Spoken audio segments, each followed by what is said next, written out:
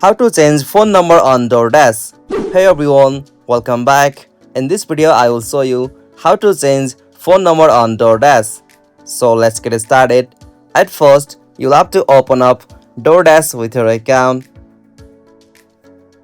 Alright, after you open DoorDash, you'll get this type of interface from your at the bottom right corner. You'll have to tap on me.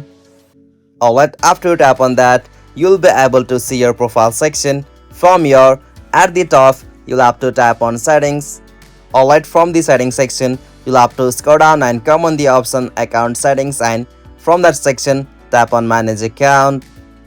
And from the manage account section, you can easily find the options like phone number, and on that section you'll have to just erase or remove the previous phone number, and you have to just add a new phone number whom you want to add on DoorDash. And after you add a new number, tap on the option save just at the top right, and after you tap on save, you'll be able to change your phone number on DoorDash.